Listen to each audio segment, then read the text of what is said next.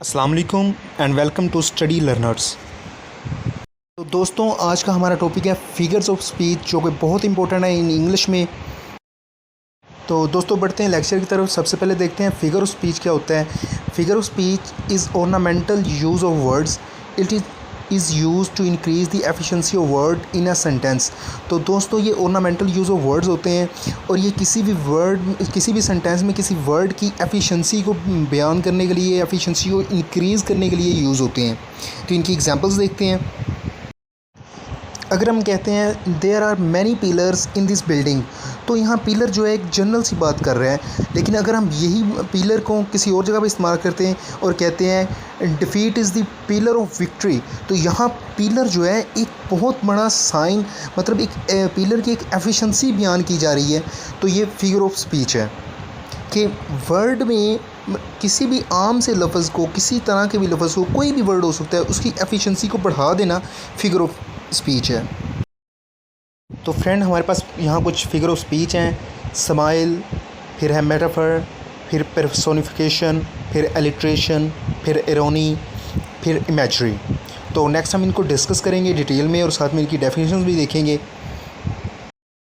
तो फ्रेंड्स, सबसे पहले हमारे पास है स्माइल, जिसको तशबिया भी कहते हैं। It is a figure of comparison in which two dissimilar things are compared explicitly for a point of similarities. मतलब दो डिसिमिलर थिंग्स को आपस में कंपेयर करना और उसमें सिमिलरिटी को शो करना स्माइल कहलाता है। फॉर इसकी जो वर्ड्स हैं जो इसके लिए इस्तेमाल हो सकते हैं वो है like, as, such as, just as. तो सेंटेंस में देख लेते हैं इसको। Ali is like a brother to me और Ahmed is as brave as a lion. तो ये इसकी स्माइल की एग्जांपल्स हो जाएंगी। नेक्स्ट हम चलते हैं।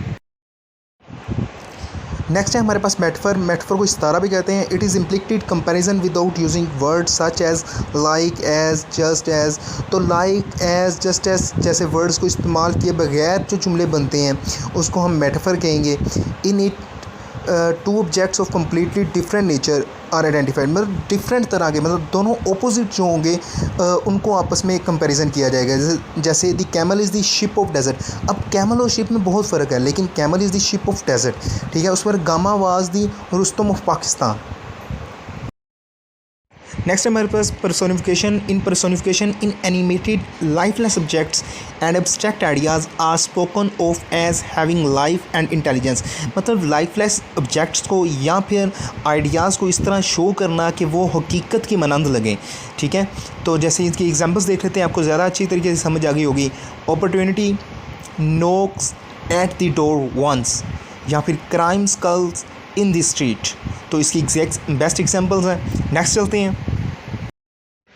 नेक्स्ट है हमारे पास एलिट्रेशन। एलिट्रेशन क्या होता है? It is repetition of same sound और syllables at the beginning of two और मोर वर्ड्स। तो मतलब दो या दो से ज़्यादा अल्फाजों का एक जैसे अल्फाज का शुरू में आया ना, एलिट्रेशन कहलाता है। जैसे हो, high, his, honours, hold his, haughty head. तो यहाँ हर वर्ड के शुरू में एच आया हुआ है। A reeling road rumbles round the shine. तो रीलिंग रोड रंबल राउंड, ये आर आया हुआ है, तो ये एलिट्रेशन कहलाएंगे। नेक्स्ट चलते हैं। नेक्स्ट है हमारे पास irony. It makes a statements more emphatic by the use of words denoting the opposite of what is real meaning. मतलब रियल मीनिंग के ऑपोजिट जो मीनिंग दे रही होगी वो इरोनी कहलाएगी। Ali is politeness whereas Ali is uncivilise. और she speaks of her unlawful sister as the jewels of our father.